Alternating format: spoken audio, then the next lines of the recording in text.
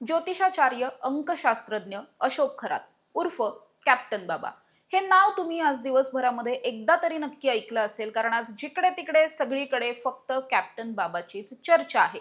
आणि ही चर्चा केवळ कॅप्टन बाबाची नाही, तर त्याच्या व्हायरल झालेल्या व्हिडिओजची सुद्धा आहे, त्याच्या पॉर्न कांडची सुद्धा आहे. त्यामुळे या प्रकरणामध्ये हा जो कॅप्टन बाबा आहे तो आत्ताच केवळ चर्चेत आला असं नाहीये, याआधी सुद्धा तो अनेकदा चर्चेत येऊन गेलेला आहे. आत्ताचं कारण मात्र वेगळं आहे, कारण आता एक खूप गंभीर स्वरूपाचा गुन्हा दाखल झालाय आणि कारवाई सुद्धा सुरू आहे. त्यामुळे आतापर्यंत त्याच्यावरती जो गुन्हा दाखल झाला तो नेमका काय, कारवाई कशा पद्धतीने सुरू आहे, तपासामध्ये आतापर्यंत काय काय समोर आलंय, त्याचबरोबर त्याचे पॉलिटिकल कनेक्शन, इतर आणखी काही कनेक्शन जे तपासाच्या अनुषंगाने अतिशय महत्त्वाचे असणार आहे, त्याचबरोबर त्याची मोडस ऑपरेंडी नेमकी कशा पद्धतीने होती, कशा पद्धतीने तो या महिलांना फसवायचा, त्याच्या जाळ्यात अडकवायचा आणि आतापर्यंत त्यानं नेमकं काय काय केलंय, कशा कशासाठी तो याआधी चर्चेत येऊन गेलाय, या सगळ्या अनुषंगाने आपण बोलणार आहोत. नमस्कार, मी समृद्धी आणि तुम्ही पाहताय टॉप न्यूज मराठी. कथित ज्योतिषाचार्य अशोक खरात याच्यावरती नाशिकमध्ये एक गुन्हा दाखल झाला. या गुन्ह्यामध्ये फिर्यादीत नेमकं काय म्हटलंय, तर फिर्यादीत एका महिलेनं 35 वर्षीय महिलेनं ही तक्रार दिली आहे, ज्यामध्ये तिने असं म्हटलंय की 2022 पासून 2025 पर्यंत या बाबाने आपल्यावर वेळोवेळी लैंगिक अत्याचार केलेले आहेत. हे अत्याचार आपल्या परवानगीच्या विना झालेले आहेत. माझ्याबरोबर जबरदस्तीने शारीरिक संबंध ठेवण्यात आलेत. शारीरिक संबंध ठेवण्यापूर्वी या बाबाने आपल्याला गुंगीची औषधं अनेकदा दिलेली आहेत. त्याचबरोबर आपल्या पतीच्या मृत्यूची भीती दाखवत अनेकदा अत्याचार केलेत. तुला उद्ध्वस्त करेल किंवा तुझं संपूर्ण घर उद्ध्वस्त होईल जर तू माझं ऐकलं नाहीस तर, अशा आशयाच्या धमक्या देऊन मग या महिलेवरती अत्याचार करण्यात आले. आणि अर्थात 2-3 वर्षांच्या या सगळ्या अत्याचारांच्या नंतर ही महिला या सगळ्याला कंटाळलेली होती. त्यानंतर मात्र तिने समोर येऊन तक्रार द्यायचं ठरवलं. त्यामुळे ती समोर आली. खरं तर या बाबाचे आतापर्यंतचे जर कनेक्शन्स पाहायला गेलो किंवा आतापर्यंत त्याची जर पोहोच कुठपर्यंत आहे हे जर पाहायचं झालं, तर हा बाबा जो आहे त्याच्या विरोधात इतक्या सहजासहजी कोणी तक्रार दाखल करायला समोर येईल असं वाटणं सुद्धा अवघड आहे. मात्र या महिलेचं कौतुक करावं लागेल की तिने अतिशय धीरानं समोर ती आली, तक्रार दाखल केली आणि लगेचच या प्रकरणामध्ये नाशिक पोलिसांचं सुद्धा कौतुक करावं लागेल की त्यांनी सुद्धा तातडीने या सगळ्यामध्ये आता तपासाला वेग आणलेला आहे आणि कारवाई सुद्धा सुरू झाली आहे. आता या प्रकरणामधला तपास कुठपर्यंत आलाय, तर तपासाच्या अनुषंगानं बोलायचं झालं तर आज सकाळी म्हणजे पहाटेच्या वेळेसच या अशोक खरातला पोलिसांनी अटक केली. गुन्हे शाखेच्या युनिट 1 ने ही कारवाई केलेली होती. युनिट 1 ने त्याला ताब्यात घेतलं. त्यानंतर लगेचच त्याच्या वेगवेगळ्या पद्धतीच्या म्हणजे घरं असतील किंवा कार्यालय असतील त्या ठिकाणी छापेमारी सुद्धा सुरू झाली. आता या छापेमारीमधून अनेक महत्त्वाच्या गोष्टी समोर आल्यात. सगळ्यात महत्त्वाची गोष्ट ज्याची सगळीकडे चर्चा होतीये तो म्हणजे एक पेन ड्राईव्ह सापडलाय. या पेन ड्राईव्ह मध्ये 58 पॉर्न व्हिडिओ आपण म्हणू शकतो अशा प्रकारचे व्हिडिओज आहेत, ज्या व्हिडिओमध्ये वेगवेगळ्या महिलांबरोबर या बाबाने केलेले सगळे अश्लील कांड रेकॉर्ड करून ठेवण्यात आलेले आहेत. आणि विशेष म्हणजे या बाबाने ते स्वतःच रेकॉर्ड करून ठेवलेले आहेत. म्हणजे असं नाही की कुणीतरी त्याच्या विरोधात प्लांट केलेले हे पुरावे आहेत वगैरे, असं नाहीये. या बाबाने स्वतःच ते रेकॉर्ड करून ठेवलेलं आहे. त्यामुळे मुळात हे व्हिडिओ रेकॉर्ड करण्यामागचं कारण काय, हा सगळ्यात महत्त्वाचा प्रश्न असणार आहे, ज्यावरती आता पोलीस तपास करताना पाहायला मिळणार आहेत.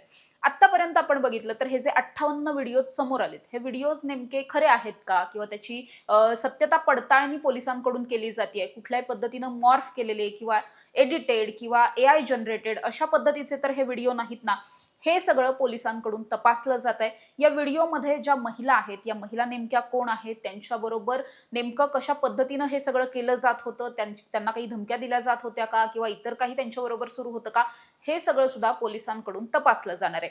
आता आतापर्यंत जर बघायला गेलं तर या प्रकरणामध्ये केवळ एकाच महिलेनं तक्रार दाखल केली आहे.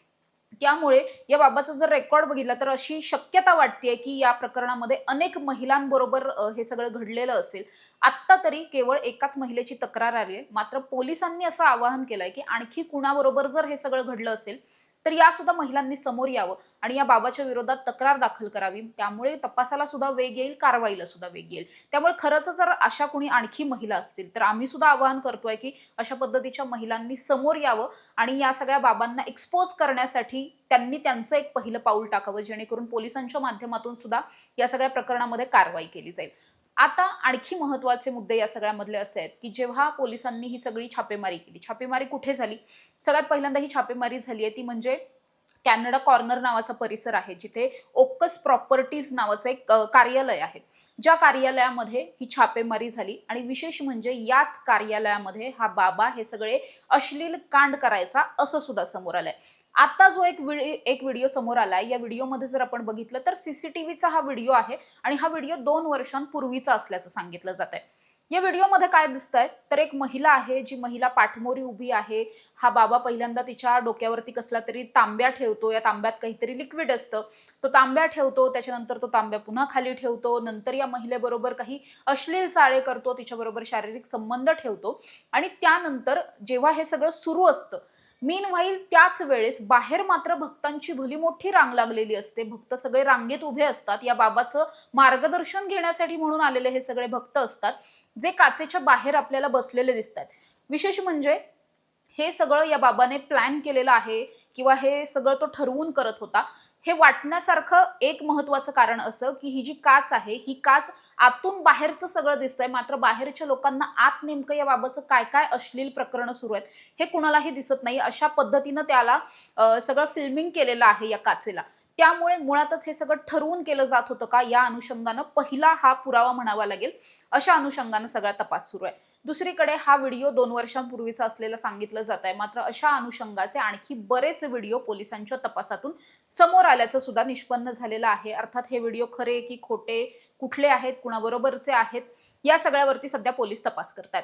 मात्र आतापर्यंत ज्या ज्या महिला या सगळ्याला बळी पडलेल्या असतील किंवा ज्या महिलेनं पहिला एक गुन्हा दाखल केलाय, तिने दिलेल्या फिर्यादीनुसार या बाबाची एक मोडस ऑपरेंडी तयार होते. हा बाबा एखाद्या महिला भक्ताला जेव्हा जाळ्यात ओढतो, त्यासाठी तो सगळ्यात पहिल्यांदा काय करतोय तर जेव्हा महिला भक्त त्याच्याकडे येतात, त्या भक्तांना तो सगळ्यात पहिल्यांदा त्यांची जी काही परिस्थिती आहे, ही परिस्थिती जास्त बिकट करून सांगतो की तुमच्याबरोबर तुमच्या कुणाच्या तरी जवळच्या व्यक्तीचा मृत्यू होईल किंवा तुमचं मोठं आर्थिक नुकसान होईल, तुमचं घर उद्ध्वस्त होईल, अशा पद्धतीची भीती दाखवतो. भीती दाखवल्याच्या नंतर तंत्र मंत्र इतर काही अघोरी पूजा वगैरे करून हे सगळं आपण सुरळीत करूयात असं म्हणून या महिलांचा विश्वास संपादन करतो. त्यांना काही धार्मिक विधी करायला सांगतो आणि याच सगळ्याच्या दरम्यान तो महिलांचा अशा पद्धतीनं विश्वास जिंकत जातो की नंतर तो या महिलांना त्याच्याबरोबर शारीरिक संबंध ठेवण्यासाठी प्रभावित करतो किंवा मग धमक्या देतो किंवा मग त्यांना त्यांच्यावरती जबरदस्ती करतो. किंवा या प्रकरणात जसं या महिलेनं म्हटलंय की गुंगीचं औषध देऊन वगैरे तिच्याबरोबर हे सगळं झालं होतं, तशा अनुषंगानं तो इतर काही महिला भक्तांबरोबर सुद्धा करत असेल असं सध्याचं एकंदरीत तपासातून वाटतंय. आता हा बाबा जो आहे, तो बाबा मुळात जसं मी आधीही म्हटलं की तो काही आत्ता चर्चेत आलेला नाहीये. आता हे व्हिडिओ समोर आले, गुन्हा दाखल झाला, अटक झाली, त्यामुळे ही चर्चा सुरू झाली. पण या बाबावरती लोकांचा इतका जास्त विश्वास कसा काय, हा सगळ्यात महत्वाचा प्रश्न. त्याच्याकडे इतकी मोठी भक्तांची रांग कशी काय, या प्रश्नाचं उत्तर शोधण्यासाठी त्याचे काही पॉलिटिकल कनेक्शन्स आहेत, जे तपासणं अतिशय गरजेचं आहे. आता पॉलिटिकल नेत्यांची जर आपण नावं घ्यायला झालं तर खूप नावं आहेत. अनेक नेत्यांशी त्याचे जवळचे संबंध असल्याचं म्हटलं जात आहे. तशा अनुषंगाने अनेक फोटोज, व्हिडिओज त्याच्या स्वतःच्या पेजवरती सुद्धा अवेलेबल आहेत, त्याच्या अकाउंटवरती पाहायला मिळतात किंवा जुने खूप फोटोज आहेत, ज्या फोटोजमध्ये या बाबाबरोबर काही नेते असलेले पाहायला मिळतात. मुळात काही नेते असतील किंवा सेलिब्रिटी असतील, काही प्रसिद्ध उद्योजक आहेत, बिझनेसमन आहेत, जे या बाबाकडे येऊन त्याचं मार्गदर्शन घेतात असं सुद्धा समोर आलेलं आहे. त्यामुळे या बाबाकडे जेव्हा इतक्या मोठ्या लेवलचे लोक येऊन त्याच्याकडून मार्गदर्शन घेतात, त्या अर्थी हा बाबा खराच असेल आणि मग त्याला खरंच अशा पद्धतीचं एखादं ज्ञानप्राप्ती झालेली असेल आणि त्याचं मार्गदर्शन घेतलं तर आपलं सुद्धा कल्याण होईल की काय, असा एक समज सर्वसामान्य भाविकांमध्ये तयार होतो आणि त्यामुळे हा बाबा त्याचीच मदत घेऊन, त्याच सगळ्याचा गैरफायदा घेऊन आणखी भक्तांना या सगळ्यामध्ये त्यांची फसवणूक करतो, असं एकंदरीत सध्या समोर येत आहे. आणखी महत्वाचं या सगळ्यातलं असं की याला कॅप्टन बाबा म्हटलं जातं. तर मुळात कॅप्टन बाबा कसा काय किंवा याचे इतक्या मोठमोठ्या नेत्यांशी किंवा उद्योजकांशी, सेलिब्रिटीशी संबंध कसे, तर ते सगळं जाणून घेण्यासाठी आपल्याला पहिली एक महत्वाची गोष्ट समजून घ्यावी लागते. ती गोष्ट म्हणजे या बाबाचं असलेलं आधीचं करिअर. म्हणजे तो आता जरी बाबा असला तरी सुद्धा त्याला कॅप्टन बाबा म्हणण्यामागचं कारण असं आहे की कॅप्टन तो याआधी होता. तो मर्चंट नेव्हीमध्ये त्याने 22 वर्ष काम केलंय अशी माहिती आहे. 22 वर्ष जेव्हा तो मर्चंट नेव्हीमध्ये काम करत होता, त्याने तब्बल 154 देशांचे दौरे केलेले आहेत. या दौऱ्यांच्या दरम्यान तो तिथल्या काही स्थानिक चालीरीती असतील, धार्मिक विधी परंपरा असतील, तिथल्या काही मान्यता असतील, संस्कृती असेल, या सगळ्याचा तो तिथे जाऊन अभ्यास करायचा. त्यामुळे त्याच्यामध्ये या सगळ्या विविध संस्कृतींचा अभ्यास करून मग धार्मिकतेचा अभ्यास करावा किंवा नंतरच्या काळामध्ये जसं तो आता ज्योतिषाचार्य झालेला आहे किंवा तो स्वतःला अंकशास्त्रज्ञ म्हणवून घेतो, हे सगळं नंतर डेव्हलप होत गेलेलं आहे. त्याचं असं म्हणणं आहे की तो हा जो काही त्यांनी इतका पृथ्वीवरती भ्रमण त्यानं केलेलं आहे, जगभ्रमण केलेलं आहे, भ्रमंतीमधून त्याला या सगळ्या गोष्टी समजत गेल्या आणि मग ते त्याला ज्ञान प्राप्त झालेलं आहे आणि त्याच अनुषंगानं अर्थातच मर्चंट नेव्हीमध्ये तो ऑफिसर होता. त्यामुळे तिथून त्याचे हे सगळे कनेक्शन्स, मोठ्या लोकांशी असलेल्या ओळखी, भेटीगाठी या सगळ्याचा फायदा त्यानं पुढच्या काळामध्ये रिटायर झाल्याच्या नंतर घेतला. सेवानिवृत्त झाल्याच्या नंतर तो ज्योतिषाचार्य म्हणून प्रसिद्ध झाला. अनेक मोठ्या लोकांना त्यांच्या काही प्रॉब्लेम्स चालू असतील तर त्याच्यावरती वेगवेगळ्या पद्धतीनं मार्गदर्शन करणं किंवा त्यांना काही अघोरी उपाय करायला सांगणं, जादूटोणे करायला सांगणं असे सुद्धा आरोप या बाबावरती आहेत. त्यामुळे हे सगळे जे आरोप आहेत, या आरोपांमध्ये किती तथ्य आहे हे सगळं सध्या शोधलं जात आहे. बरं, हा बाबा केवळ ज्योतिषाचार्यच आहे का किंवा केवळ अंकशास्त्रज्ञ वगैरे आहे का? तर असं नाही. ओकस प्रॉपर्टीज नावाचं हे जे कार्यालय आहे त्या माध्यमातून तो एक डेव्हलपर म्हणून सुद्धा काम करत होता किंवा एक बिझनेसमन म्हणून सुद्धा तो एक काम करत होता, असं सुद्धा समोर येत आहे. किंवा त्यांनी अनेक विविध क्षेत्रांमध्ये त्याची गुंतवणूक असून तिथून सुद्धा त्याचे इन्कम सोर्सेस होते, असं सुद्धा कदाचित आत्ताच्या या सगळ्या तपासामधून थोड्याशा सूत्रांच्या माहितीनुसार तसं समोर येत आहे. त्यामुळे खरंच या सगळ्यामध्ये त्याचं नेमकं कुठकुठे कनेक्शन्स आहेत, त्याचे इन्कमचे स्रोत नेमके कोणकोणते आहेत, या सगळ्याचा पोलिसांकडून तपास केला जाणार आहे. या सगळ्या तपासामधून नेमकं काय काय समोर येतंय, त्याचे धागेदोरे कुणाकुणापर्यंत पोहोचलेत, हे सगळं शोधणं गरजेचं असणार आहे. ते सगळं समोर येणं गरजेचं असणार आहे. आणखी या सगळ्यामध्ये महत्वाचं असं की ज्या महिलेनं आता हा गुन्हा दाखल केलेला आहे, तक्रार दाखल केलेली आहे, त्या महिलेचं खरंच कौतुक म्हणावं लागेल की इतक्या मोठ्या पॉलिटिकल कनेक्शन्स किंवा सेलिब्रिटींशी कनेक्शन्स असलेल्या माणसाच्या विरोधात येऊन या महिलेनं धीरानं ही तक्रार दाखल केली. त्यामुळे या प्रकरणाला वाचा फुटली. अन्यथा या प्रकरणाला वाचा सुद्धा फुटली नसती. या प्रकरणात अनेक महिलांबरोबर कदाचित हे सगळं घडलेलं असणार आहे, मात्र समोर येऊन बोलायला कुणीही तयार होत नाहीये. आणखी या प्रकरणामध्ये अशा पद्धतीच्या महिलांनी ज्यांच्याबरोबर हे अत्याचार झाले असतील त्यांनी समोर येणं गरजेचं आहे. हा बाबा केवळ एकटाच अशा पद्धतीचा बाबा आहे का? तर नाही. सध्या सोशल मीडियावरती प्रत्यक्ष आयुष्यामध्ये इतक्या मोठ्या प्रमाणात स्वतःला महाराज, बाबा, गुरु आणखी काही म्हणून घेणारे लोक बसलेले आहेत आणि यांच्या सगळ्यांच्या माध्यमातून सर्रास अशाच पद्धतीची प्रकरणं घडतात. अगदी जे खऱ्या अर्थी आध्यात्मिक काम करतात, धार्मिक काम करतात असे लोक खूप कमी आहेत. जे विश्वासार्ह आहेत, जे खरंच भक्तांचं केवळ मार्गदर्शन करतात, त्यांचं शोषण करत नाहीत, असे बाबा खूप कमी आहेत. त्यामुळे असे जे चुकीच्या पद्धतीची कामं करणारे बाबा आहेत त्यांना एक्सपोज करणं गरजेचं आहे. केवळ हा बाबा नाही, अशा पद्धतीचे अनेक जे बाबा सध्या समाजामध्ये असतील किंवा कोणाच्या ओळखीत असतील किंवा कोणी या सगळ्या बाबांमुळे ज्यांचं शोषण झालेलं असेल, ज्या पीडिता असतील, त्यांनी या प्रकरणामध्ये समोर यावं. ठिकठिकाणच्या पोलीस स्टेशनमध्ये जाऊन त्या विरोधात तक्रारी दाखल कराव्यात. या सगळ्या बाबांची खरं रूप समोर येण्यासाठी म्हणून त्यांनी प्रयत्न करावेत, असं आवाहन सुद्धा आम्ही सुद्धा करतोय आमच्या चॅनलच्या माध्यमातून. त्याचबरोबर पोलिसांकडून सुद्धा हे आवाहन केलं जात आहे.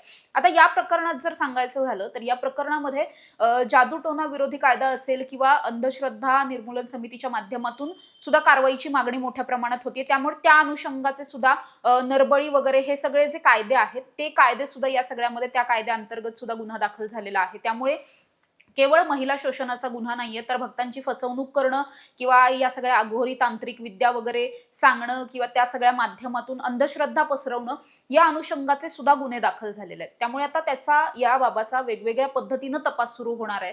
त्याचबरोबर या बाबाच्या डोक्यावरती नेमका कुणाचा वरद हस्त आहे, कुणाच्या पाठिंब्याने हे सगळं तो करत होता किंवा त्याच्याबरोबर तो एकटाच आहे की त्याची आणखी कोणी टीम या सगळ्यामध्ये कार्यरत होती, हे सगळं सुद्धा शोधलं जाणार आहे. विशेष म्हणजे हे जे 58 पॉर्न व्हिडिओ सापडलेले आहेत, हे व्हिडिओ त्याने त्याच्याकडे नेमके कशासाठी ठेवले होते, त्याने त्याच्याकडे ठेवण्यामागचं कारण नेमकं काय होतं, का हे सगळे व्हिडिओज दाखवून तो आणखी काही महिलांना ब्लॅकमेल करत होता. ब्लॅकमेलिंगचा सुद्धा या सगळ्याला कदाचित अँगल असू शकतो. त्यामुळे त्या अँगलने सुद्धा पोलीस आता तपास करतात की मग या सगळ्या प्रकरणामध्ये या बाबाला ठरवून हनी ट्रॅपमध्ये वगैरे अडकवलं जातंय का, या सगळ्या अनुषंगाने ही तपास केला जाणार आहे. अर्थात यात सगळ्या तपासाला खूप वेगवेगळे अँगल्स आहेत, वेगवेगळ्या कडा आहेत.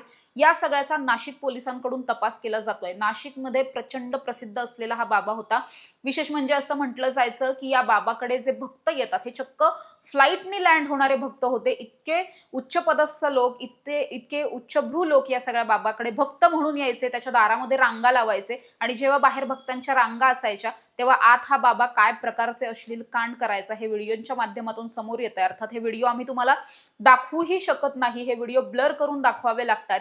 इतके अश्लील प्रकार या बाबाच्या माध्यमातून केले जात होते. त्यामुळे अशा पद्धतीच्या या भोंदू बाबांना एक्सपोज करणारी ही जी महिला आहे, या महिलेचं कौतुक आणि अशा पद्धतीनं महिलांनी समोर येऊन या बाबांची पोलखोल करणं गरजेचं झालेलं आहे. या प्रकरणामध्ये नेमकं आता पुढे काय काय समोर येत आहे हे सगळंच पाहणं महत्त्वाचं असणार आहे. त्याचबरोबर या प्रकरणातले जे नवीन अँगल्स समोर येतील या सगळ्याच नवीन अँगल्स वरती सुद्धा आपण टॉप न्यूज मराठीच्या माध्यमातून चर्चा करणार आहोत. अशा ताज्या आणि महत्त्वाच्या बातम्यांसाठी तुम्ही पाहत राहा टॉप न्यूज मराठी, आपला महाराष्ट्र आपली बातमी.